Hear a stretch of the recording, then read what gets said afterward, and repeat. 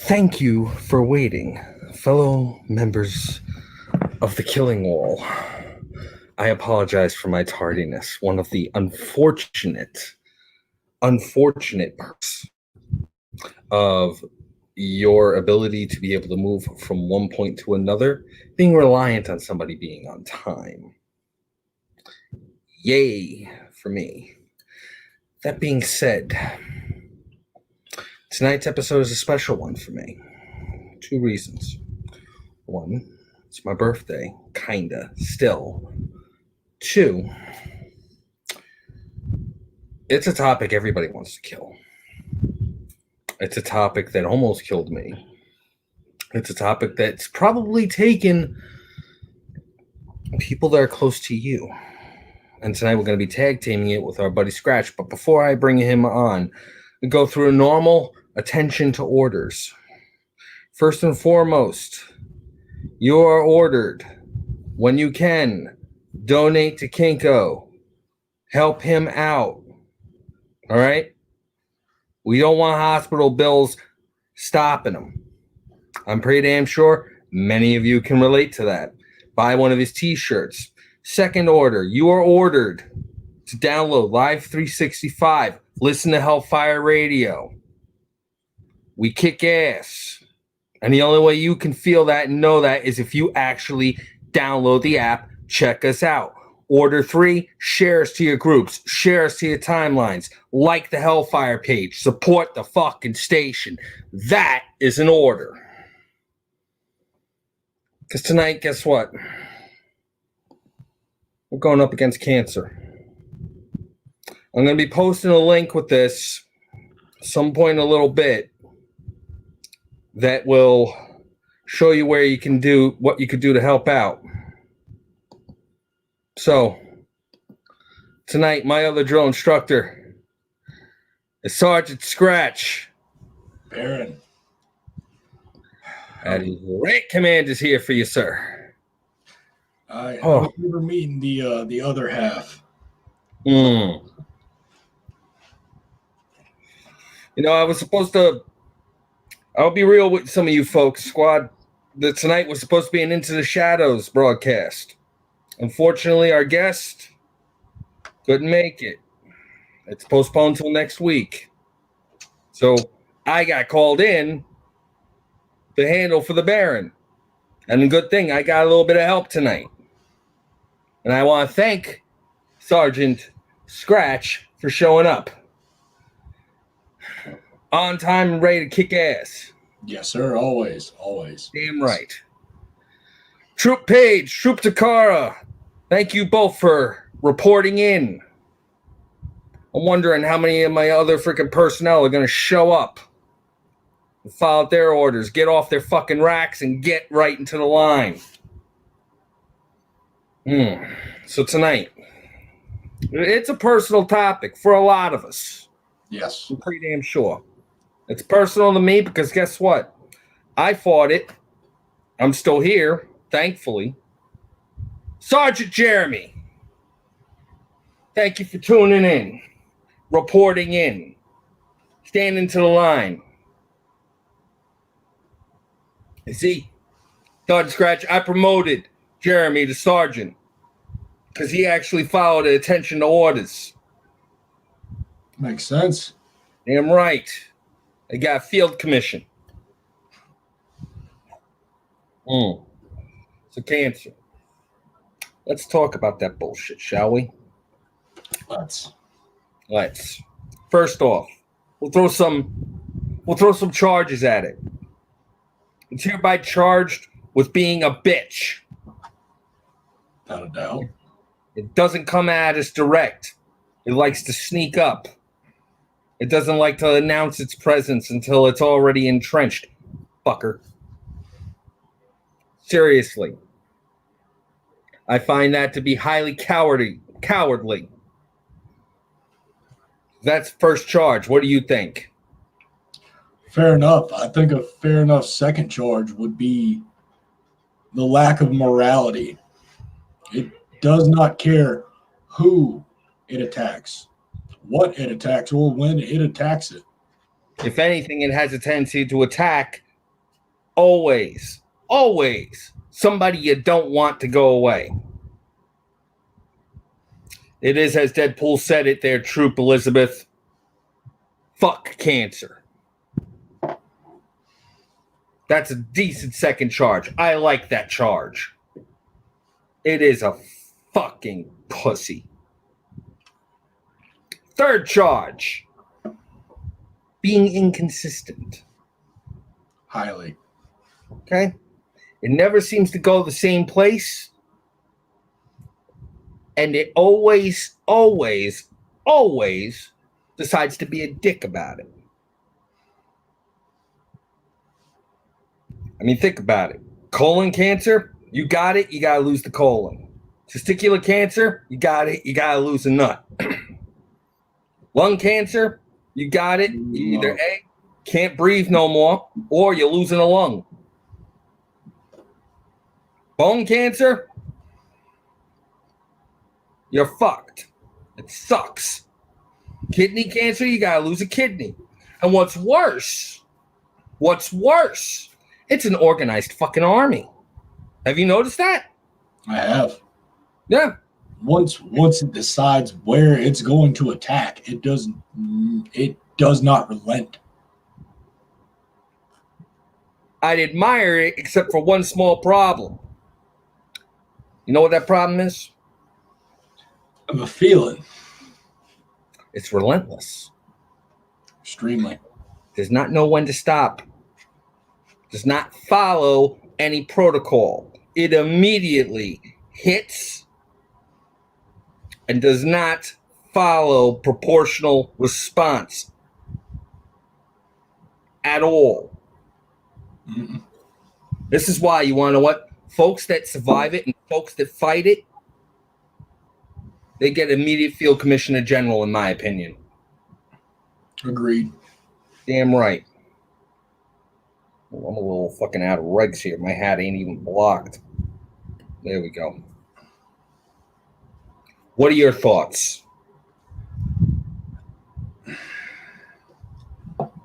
I've got some very, very personal issues with cancer.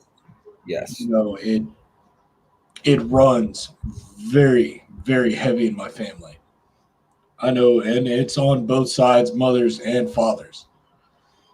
Like you've said, colon cancer, breast cancer, which is odd because it will affect men and women. I had colon cancer, uncle had breast cancer. Lung cancer. And I've got that same habit. Something I should stop, especially with the career I'm in. Right.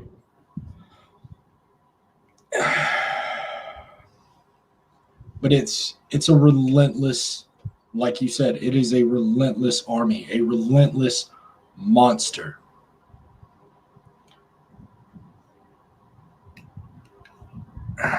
And it's an infuriating monster. Yes. Because of how differently it affects everyone. How it can make you see your loved ones slowly fade. And that, I think, is probably one of the worst parts of it. Yes. Hands down, without a doubt. You know, I mean, it runs in my family too. And, you know, yeah, I'm a smoker. This is why I tell my troops, if you don't already, if I catch you with one starting one, I'm going to kick the shit out of you. Without a doubt. Okay? I was young and stupid. Don't repeat my stupid mistakes. Okay? I'm addicted. Straight up. I'm addicted. Okay? Which means, frankly, I'm feeding the addiction. And when I know I got the strength to not need it anymore, guess what? I'll quit it. But till then, guess what? I got to want to do it. This is what I tell people when it comes to quitting smoking. Don't quit for your girlfriend. Don't quit for your wife. Don't quit for your kids. Don't quit for your family. If you're going to quit for yourself. Quit for you. because that's the only way it'll stick. I quit briefly when I was active duty. And you know what? I didn't quit for me. I quit so that I could be in active duty. It wasn't available to me. I couldn't do it. And frankly, running and humping a 5K every freaking morning sucks.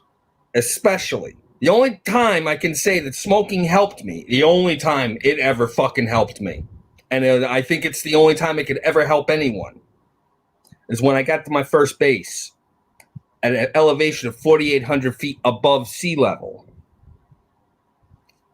It helped me because I was used to breathing thin air. So you got these kids that are coming in from sea level, used to the air being thicker, trying to run a mile. Here I am, I'm running like it ain't nothing. Why? Because guess what? My lungs are tempered for handling low oxygen. Which ain't healthy, mind you. But I'll tell you this, I was out running 20-year-olds when I was in my mid-30s like it was nothing.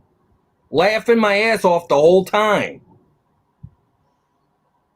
Not a good thing. Because how many people here can say, I'm going to run miles in high elevation, so let me pick one of these fuckers up? No, not the way to do it. Beneficial side effect, wouldn't recommend. Because guess what? You ain't going to be at sea level all the time. Mm-hmm. And sometimes, and here's what's even more fucked up. Yeah, I'm putting myself at risk when I do these. I know the risk. Unfortunately, I know that chances are it'll get me if I don't stop soon. I just turned 40. I've been smoking since I was 14. You do the math. Okay? Been smoking for well over 25 years. All right? Here's what I'll tell you. Sometimes, and this comes into the whole inconsistency bit, sometimes you don't have to do anything that's stereotypical to cause it. You don't got to be working around certain gases. You don't got to be a smoker. You don't got to be like constantly around barbiturates or any type of carcinogen. Sometimes it just hits you. That's what happened to my mother. Because you know what? She got a type of cancer that had nothing to do with smoking. Nothing whatsoever. She got kidney cancer. And mind you, stage 4, metastatic renal cell carcinoma. Not caused by the smoking. Although the smoking kind of exacerbated the ever-loving shit out of it. Wasn't the cause. No, it was not the cause. Well, if anything, you want to know what it did? It got the doctors wondering what the fuck was going on. She went in thinking she had an upper respiratory infection. They took x-rays of her lungs because it was like the third time she'd been in like 2 months. What the fuck? They finally decided, let's take some x-rays. And they took a look at the bottom of the x-rays where the top of the lungs, where the bottom of the lungs were. And they realized that's some tumors. They took a closer look. Her kidneys were riddled. She was fucked. And that was the type of cancer you don't know you got until you're fucked. She was lucky. The thing is that from diagnosis to death, she lasted 5 months. 5. Thank you for reporting in, Troop Gabby. 5 months. She passed away September 4th, 2015, 1 week before my 35th birthday. Interred September 10th, the day before it. You want to know ultimate irony? 3 years prior to that, on September 8th of 2012, was when I was diagnosed with stage 2 brain cancer. I got treated. They managed to treat the tumor. Unfortunately, I do have some brain damage from it. Permanent. Isn't that fun? I suffer from seizures. Not grand mal, thank God. Passive seizures. Memory blanks. You wish that on anybody? No. No. So guess what I want y'all to do, troops? After you share this to every group and timeline you can, look up some cancer organizations. Cancer.org, I think, is one. You know? World Cancer Association. I forget what the fuck it's called. I donated to a whole lot of them right around the time when my mother got sick. And that's a lovely little fucking thing about mine. It fucks with my memory. Donate. The American Lung Association, I think, is one too. You know? Fund the research. Because you know what? Next thing you fucking know, somebody you care about is going to get hit by this fucker. And the next thing you know, they're gone. You're going to wonder what the fuck happened. You lost somebody good, Scratch. I lost somebody good. I lost a few. You lost a few. More than I care to count. I'm sorry? More than I care to count. From age 7 to 61.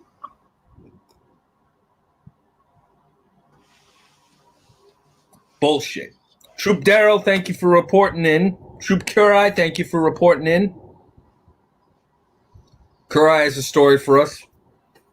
My mother had a bout with skin cancer the first time. She had 1 year of freedom and then was diagnosed with stage 4 kidney and lung cancer, and she was a non-smoker.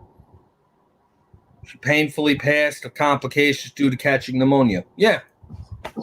You see? Every single one of you have been touched by this shit. We've all got a gripe. I wish it was a single entity. Put it up against the pole. Fuck this 2 to the chest, 1 in the head. We get Blaine from Predator, a.k.a. Jesse Ventura, load him up with a fucking minigun with a full pack and unload.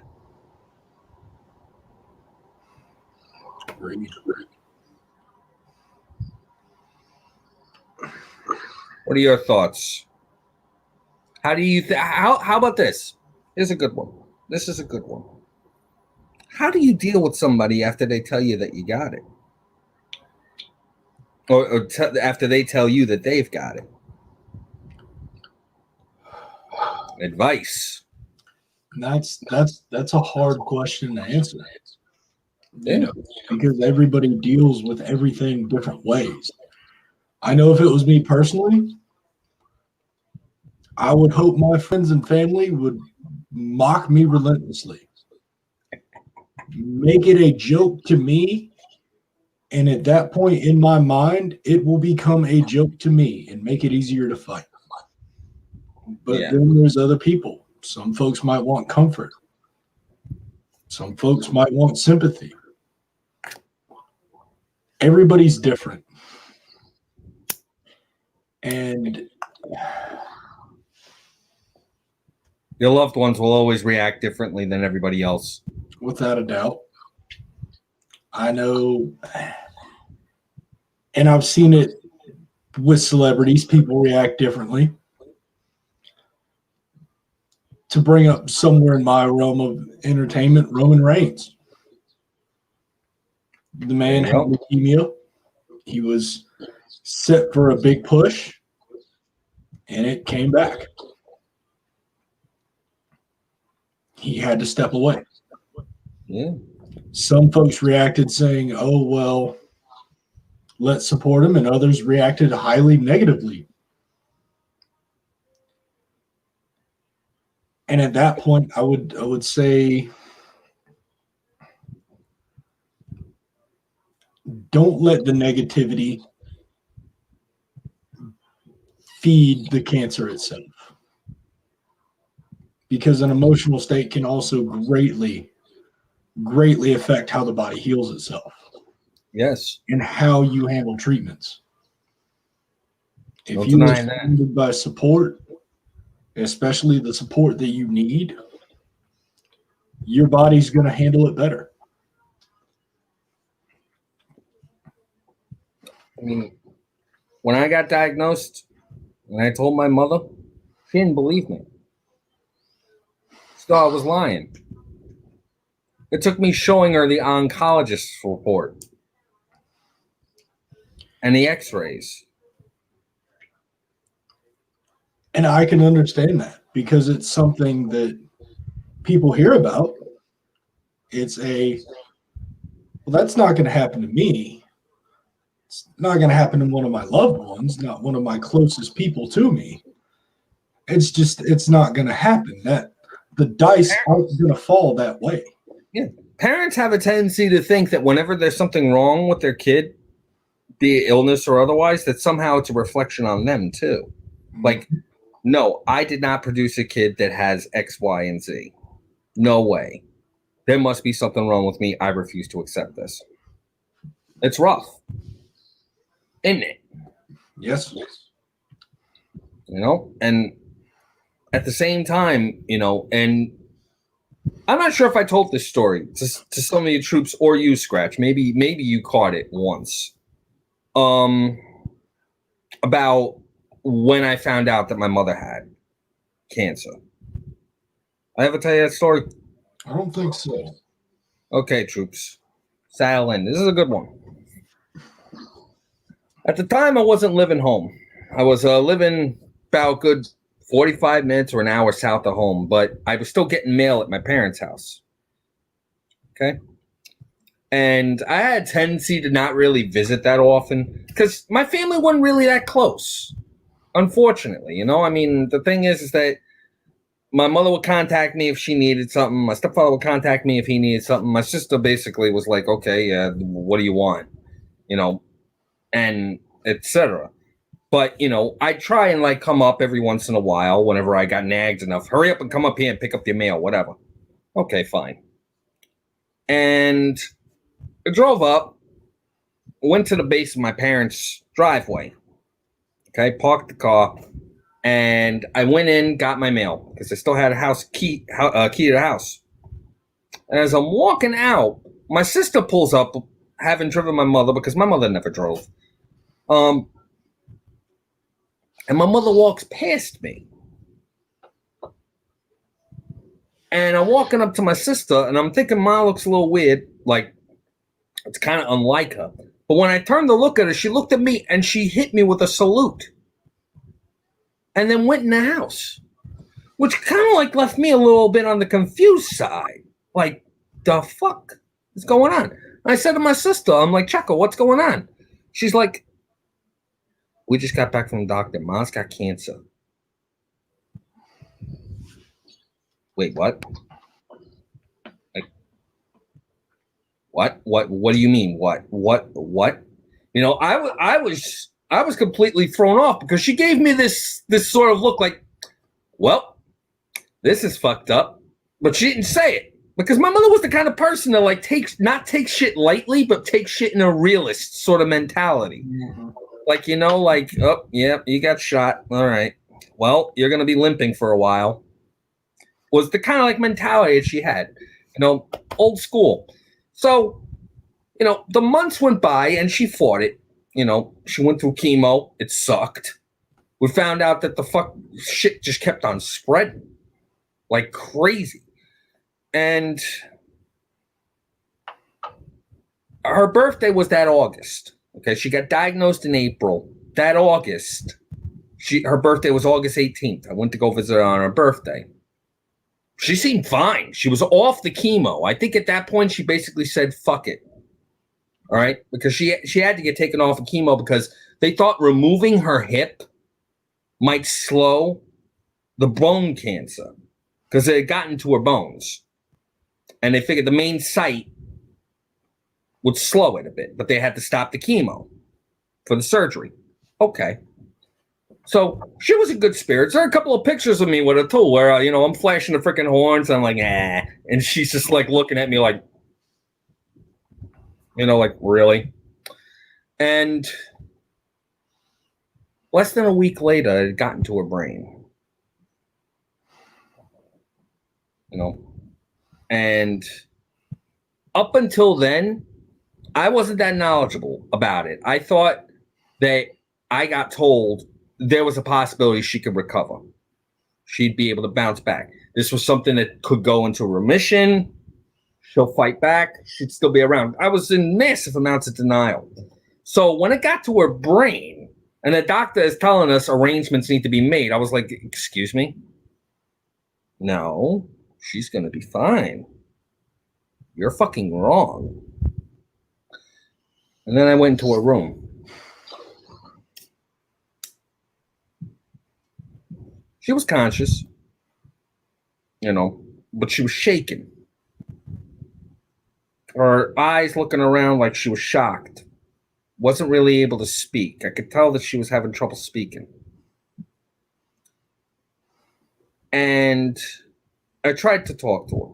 And I kind of at that point, I realized, yeah, this is going to happen. This is a real thing. And I tried to make her laugh, let her know that I was there. Because, when it gets to that point, sometimes awareness is gone. I told her, hey, buckwheat's here. Because my hair used to be all over the place. She kind of chuckled a little bit. It says, almost as if to say, oh, fucking buckwheat, really?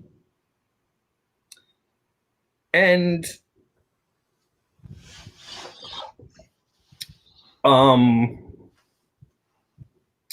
she thought I was her brother.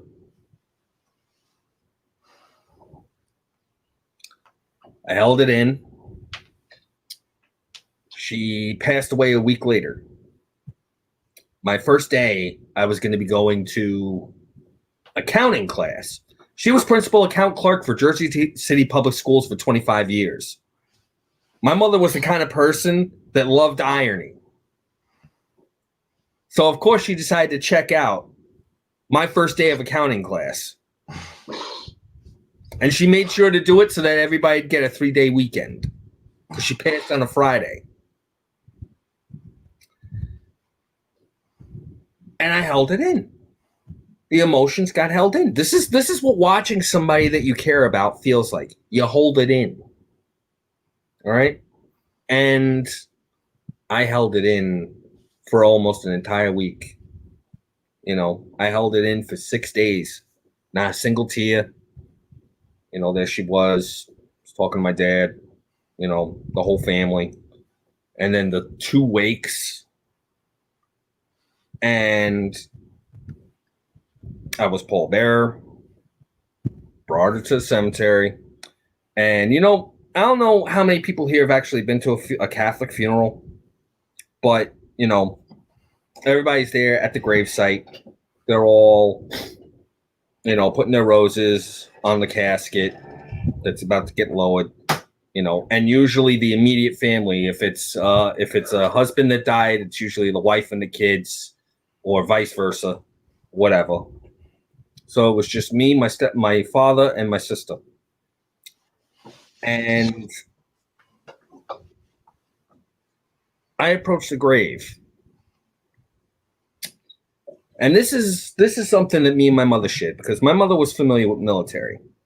Her first husband was Navy. She was a Navy wife.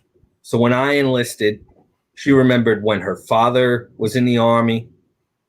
She remembered when her ex-husband was in the Navy. Me going into the Air Force was a very strong sense of pride for her. So that salute meant a lot.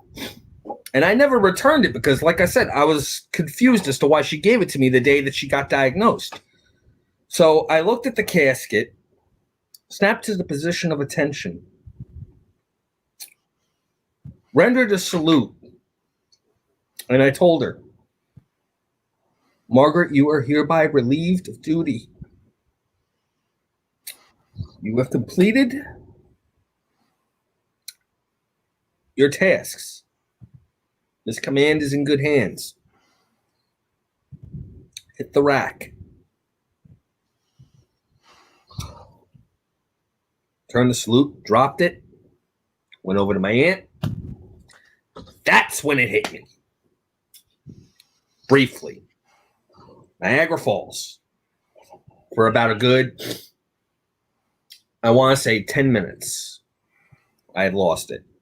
And then it was right back to me being me again. Because my mother always told me, it's not how you get hit. It's how hard you can get hit. Because when you get hit, you get the fuck up, you dust your ass off, you look at whatever it is that knocked you on your ass, say they hit like a bitch, and you hit it back. So, I did. My grief is what fucked me up. To this day, I swear, every single time whenever I shed the sliced tear, I can feel her hand going like this, like, stop it with that shit. You know better. Lost my grandfather in 2018. Funniest damn thing.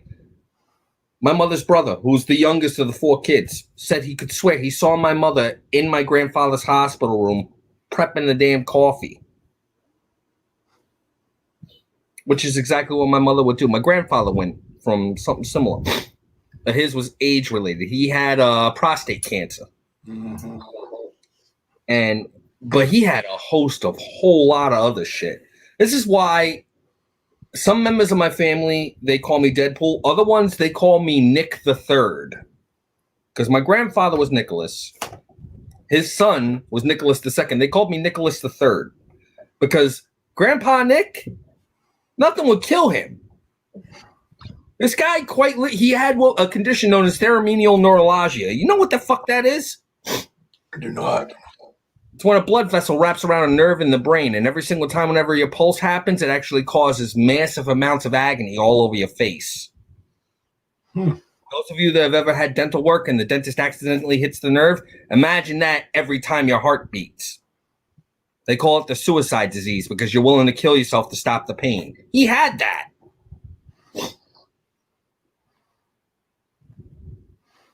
He had colon cancer, he had lung issues, memory issues. His bones were all freaking breaking left to fucking right. But to this fucking day, to the day he died, he was always somewhat jovial. And part of us think he didn't realize that my mother had passed because my mother was his youngest daughter. And I think he knew because when he'd see me, he'd get a little somber because he saw my mother in me. Apparently, I look like my mother. I don't see it, but then again, it's my mother. You know, you're not really supposed to see your parents in you unless you bear a very strong fucking resemblance. And this is what cancer does.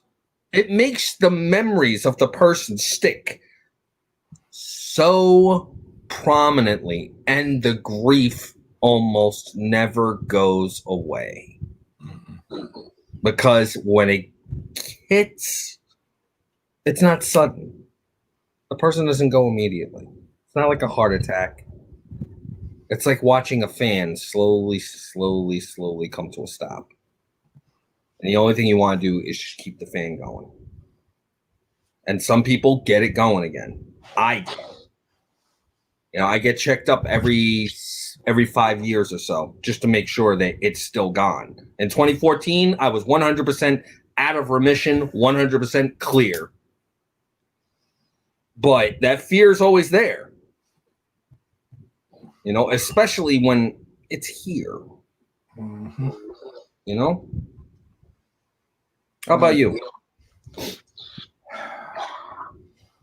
I've had tears, Troops. I'm sorry? I've had one scare in my life. And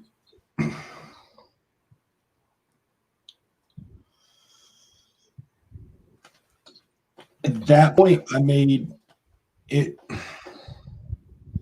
I don't know if it would have been a selfish choice, but in my mind, I had said, I'm not telling a soul. I'm not telling a soul. just because, like you had said, the disbelief of hearing that a family member has it. Yeah. And regardless of how you want people to treat you after that news hits, they're going to react a certain way and treat you a certain way. Yeah. And like I was saying before, an emotional state can affect how you can fight it. Oh, yeah. Believe me, I know. My ex-wife left me 3 days after my diagnosis. I hate to call somebody out their name, but that's a fucking bitch. Yeah. 3 days after my diagnosis. Said, here's the papers. But it's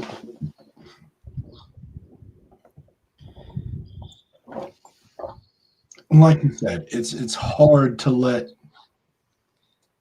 even the memory of somebody go. Yeah. And it sucks because it taints the memory of the person too. It does.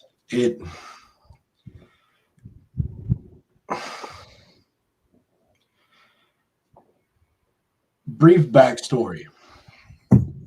No such thing as a brief backstory. Slight. Okay. No, it's all right, man. Tell the whole thing. But Share. like a few folks in Hellfire know, I used to be a police officer. And one of the men who gave me, my first break into that career path, he was an older fellow named Mr. Lewis.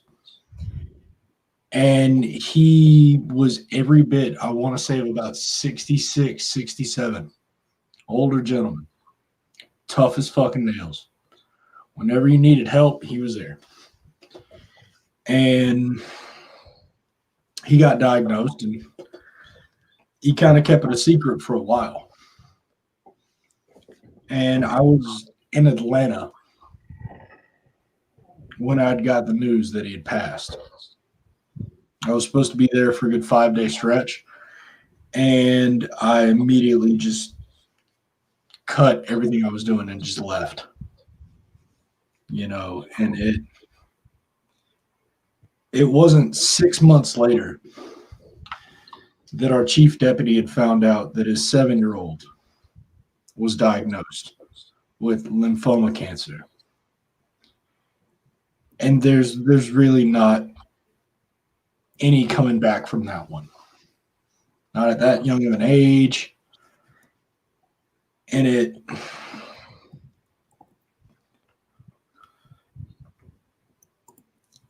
was heartbreaking to lose two what I would claim is family members within 6 to 7 months of each other. And it's something that just, there's a certain amount of rage that you feel from it. Because I know each and every person in the world, if there was a way, if you got to lose a hand and your person gets cured, I imagine there would not be a single person to hesitate to gone. Do it myself. And it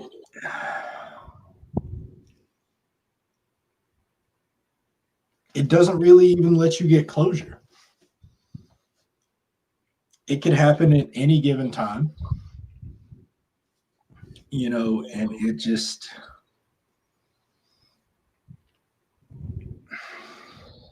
it's infuriating. Yeah.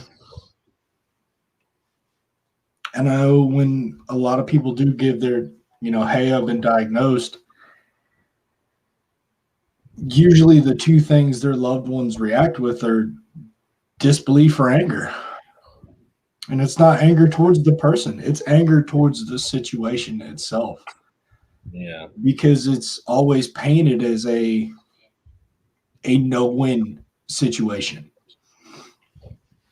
Yeah, cancer is one of those things that the moment that you hear it, you're like, oh shit.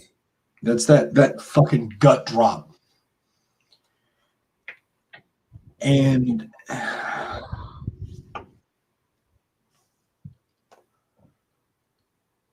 that those two things, like I said, and like you said, can greatly affect not only a person's mental state, but their fighting spirit for it. Absolutely. You know, I'm sure when you had first got the diagnosis, you were like, "Fucking what?" My reaction when I'll be honest, it didn't really hit me until I had my first appointment with an oncologist. And I walked in there, I don't want to say like a smartass, but at the same time, I mean, it was kind of like along the lines of, I'm going to make sure this guy tells it to me 100% straight. No flowery language, no technical language. I quite literally sat in that chair. He said, "Good afternoon. I'm Dr. I think, what the fuck was his name? Polchowski, I think it was." And I said to him, I'm like, "Look, doc, I know I'm fucked. You know I'm probably fucked. So I'm going to ask you this. How fucked am I, and how can I get unfucked?" I said that to him exactly, word for word. You know what he told me? He flat out told me, "Okay, well, on a scale of 0 to fucked, you're at about a 6, so I'd say you're sort of screwed." So he matched me a bit. I made it a lot easier for me to be like, okay, how screwed am I? He's like saying, all right, well, look, it's not so much what you got, it's where it is. And sometimes that can mean the world in any kind of cancer diagnosis. Yeah, comments disappear if you end up having to close the stream or the stream refreshes there, Brandon. In my case, where it was pressed up against my temporal lobe and hippocampus. Like right there. It was pretty deep in. And he said if it was any further out, we could just cut it out. And it wouldn't be a problem. It'd be in and out, of course, hit you with a little bit of chemo, some radiation treatment, you'll be fine. And then he said if it was deeper in, it'd be inoperable. In which case, then make some arrangements and some phone calls. That's why you're at a 6 and not a fucked. His words. I was glad to get this guy. He said, so here's what we're going to do. And then we ran through the whole treatments, what the individual options were, what types of medications I'd have to start taking beforehand and afterhand, what the side effects were going to be. And on top of that, what I had to expect once it got done. When you got doctors like that, folks, and I know some of you out there, you hear the word doctor and you immediately think, fuck that shit. A doctor don't know shit. Give me a healing crystal and some essential oils and I'd be fine. Or you want what? If I go to this particular place, the environment will heal me. No, fuck you. Go to somebody with a medical degree that actually knows what the fuck they're talking about and listen to them. Okay? Yeah, there are some quacks out there, but at the same fucking time, there are people out there that actually know what they're doing. Listen to them. And some doctors can really, really put it into perspective for you. The doctor that treated my mother, Dr. Picari, she knew my family for years. All right. My sister worked under her because my sister was one of the head nurses over at Bayshore Medical. And she worked directly under her. And Picari knew the shit that she knew, which just made me go, okay, understandable. And then, the way that information got dialed over to me about my mother, you got to make arrangements. I could tell was the hardest fucking thing. Doc's got a real fucking that's another thing that cancer needs to get charged with. It is a fuck of a damn army that legit makes everybody else suffer, even the ones that don't have it but are trying to fight it. What the fuck? That is something that attacks an entire base. Okay? You've got your standard infantry troops to come in to fight the damn thing. You got your supply troops that are going in there providing the medicine. But then you also got the freaking logistics group that's there planning. And they're the ones that are getting fucked too. On top of the families. I'm using a broad metaphor here, but it fits. It fits perfectly. You know, and oh God. But you know what? I mean, thankfully, my doc, he basically told me your brain's going to be like memory foam. I said, what do you mean? He said, well, since it's going to be gone, you're going to have a nice little gap in your brain. Because that blastoma pushed a lot of your meat around. You knew how to talk to me. I'm like, is it ever going to close up? He said, not completely. You're going to have some memory issues. You already have memory issues from your lightning strike. Because apparently that fucks your memory too, go figure. I thought I was just dumb. But no, as it turns out, yeah, that fucks your memory too. And on top of that, shit, that's the reason why, folks, if you ever actually meet me in person and you see me walking around with an iPad and constantly needing a pen and pad with me, that's why. I have to write shit down all the time. I'll forget. I need associative memory. This is why I tell people, send pics. This is why, thankfully, every single one of my partners have no problem sending me pics. They want me to remember every inch of them, and I don't delete them. Leave it to me to find a reason to laugh during this particular subject matter, don't it? You've got to laugh, though. I mean, laughter It's is definitely one thing you need to heal. Yeah. All right. It's that time of the night to relax a little bit. So, of course, I'm removing my freaking... You know they actually call this a blouse in the Air Force? Yep. Which I came from an Army family, so it was always known as the Chair Force. But that's that. You see, the thing is that we all got names for figures in authority, okay? You call me the Chair Force. The thing is that you served? Mm-mm. No, you just wore a badge. Just wore a badge.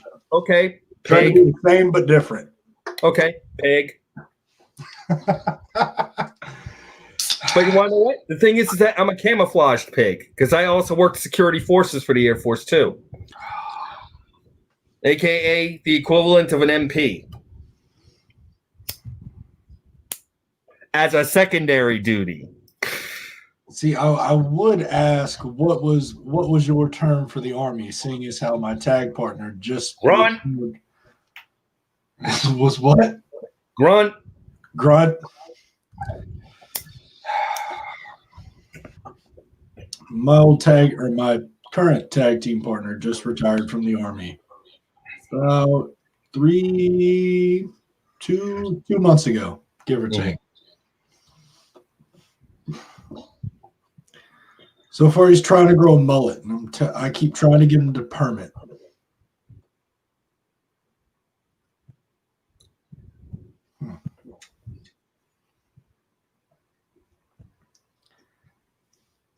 What?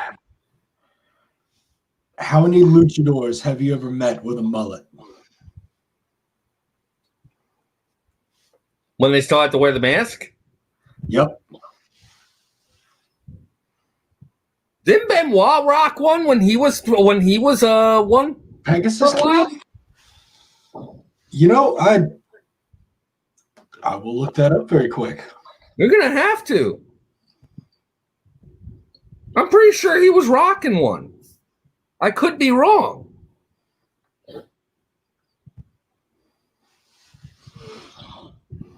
It's funny. A lot of wrestlers that, didn't really become Megaterra Omega famous He at did. first. I'm sorry?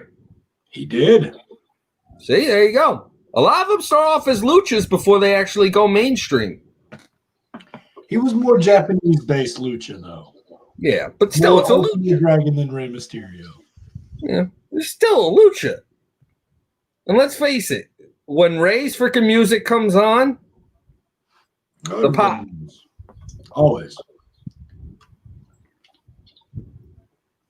You want to know what? Let's equate cancer to a particular wrestler. The Bastion Booger. Mm. No? Booger had his place. Mm. Booger had his place. If I had to... That's a tough one, isn't it? Lord help me, because she's been getting better. Nia Jax. Really? Yep.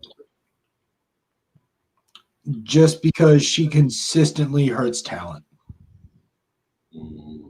When you put superstar after superstar legitimately on the sidelines, I would equate you with something that bad. So she's basically female warrior. Now, if I had to dig deeper, I would say Hogan. Or Vince Russo, honestly. Oh, dear God. Man, you're taking me back. You know how many times I got accused of looking like that guy? Oh, them's fighting words. I used to have that hair. And that facial hair. Them's fighting words. Oh, mm-hmm.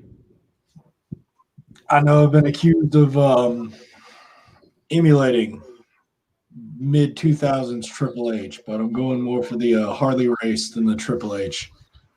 Yeah. Yeah, you got a lot of growth to go there, but hair-wise. It'll come.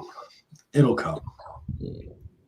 Like I said, one of these days I'm going to come down to your promotion. We're going to do this whole thing where I'm at the top of the fucking ramp and I'm just staring everybody down. We're always very welcoming of Hellfire employees. I know, and honestly, I'm very tickled about. I'm tickled. I'm also a ball of stress about the 20th. But we got a lot of good guys, and I know that each and every one of them are going to do everything they can. You know what? It'll be an awesome freaking show, bud. Pretty damn sure it will be. Which it will be streamed on Hellfire. Good. So everybody, please tune in. Plug, brother, plug. Well, starting September the 20th at 6 p.m. Eastern Standard. Tune in to, I believe it's going to be on the Twitch channel. So tune in. Yell for your favorites. Yeah, by the way, we're on Twitch now. Twitch and YouTube Live. I have a YouTube channel. I'm actually working on one. All you need is a Gmail account, dude. Well, I'm trying to find the base which I would set it upon.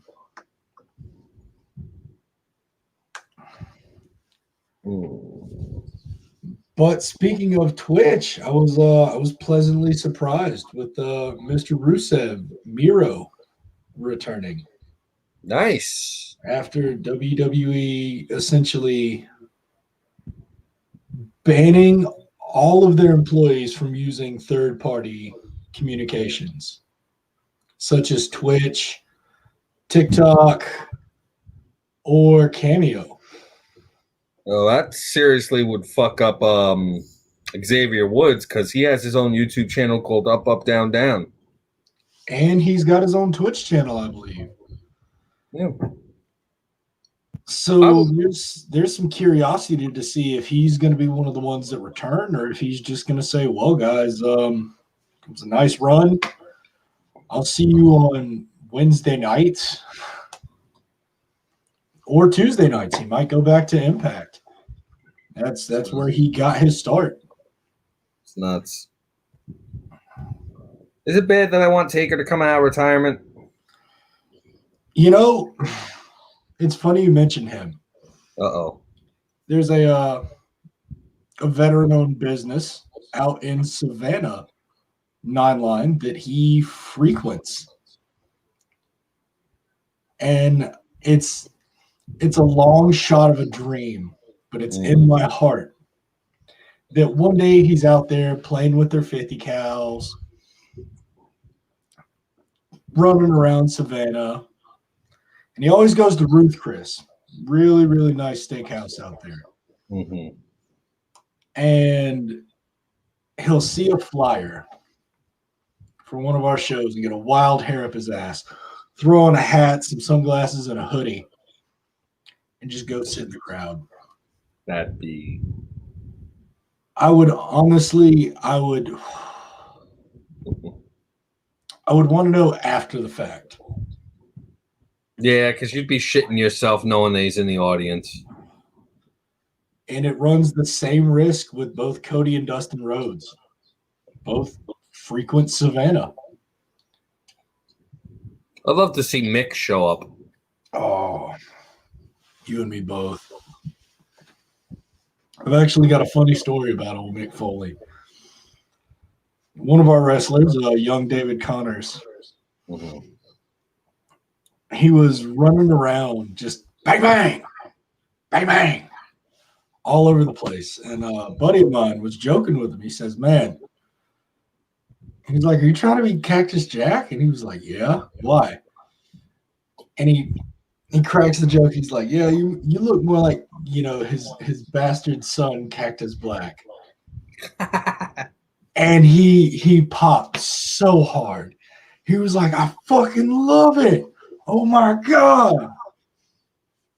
And he and I got into a feud, and I was like, "Man, I'm going to let you know before I call you this, but I'm going to see how the crowd takes it." Jaws dropped. He's laughing. But everybody else was just like, "How dare you?" And that's one thing. The only thing that could have made that funnier is if Mick was standing behind him. Oh my goodness! If you heard the car crash,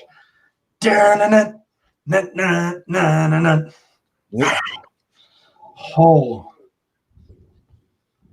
which Mick is actually one hell of an author. Oh yeah, I've read his books. And Tatum Brown is honestly on my list of top 10 books.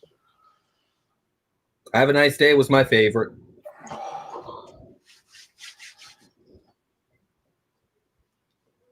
Hell of a child's author too. Him and John Cena. I want to say Cena's published several books. Hey, if you got the talent, you do it. But speaking of which, folks, we're approaching the end of the broadcast. I want to thank you all for coming in and reporting in. Scratch, thank you for reporting in. Anytime. Tomorrow, I'm going to be basically relaxing like fuck because it's when I'm actually celebrating my birthday. Which, you know what? I mean, today, as my actual birthday, is fired. I was stuck at work almost all day today, so it's like, and then my relief was late. Hence the reason why I couldn't get to you folks sooner, and I do apologize for my tardiness. Every once in a while, a drill sergeant has to smoke a motherfucker. But, hopefully that won't be the problem again. Next week, Baron Voltage is going to be interviewing a guy that legit is Severus Snape. This guy looks, acts, and sounds like Alan Rickman professionally at conventions and shit. On top of that, he's got a band that kicks ass. I think he's working on a book. I mean, this dude it's insane. It's a pleasure to know him. His name is Nigel Taylor. You'll love him. Okay? Him and Volt are going to be digging into the nature of intimidation as a fear tactic and how it is used within characters and how he has used that to move his own character. And I shit you not, when I met this guy in person, this dude's like 6'9". Shit. Okay, I'm like this to him. And I'm a 5'8". And I'm craning my neck to be able to look up at him. I usually have to take like 4 or 5 steps back to be able to look him in the eye. And he talks just like him. The dude's got the syntax down pat. So I'm really curious as to how he's going to come on camera. Because he legit asked, do you want me to come on as Snape? And I'm like, I want to say yes, but at the same time, you want to know what? I want you to approach your other characters too, because he does other characters as well. So I've never met anybody as dedicated to a presentation as they are. So tune in at the same bat time and channel, okay? 12:30 a.m. Eastern, which is 11:30 p.m. Central, 10:30 p.m. Mountain, 9:30 p.m. Pacific. And all you international folks, whenever the hell it is that you tune in, I'm always thankful. Don't forget to share this. Don't forget to put this on your timelines, on your groups. Check Scratch on his show. It kicks ass. Okay? Download Live 365. Check us out there. Hellfireradio.com. This has been your rank commander. You are hereby all fucking dismissed. Hit the rack. Thank you again. And to all of you, fuck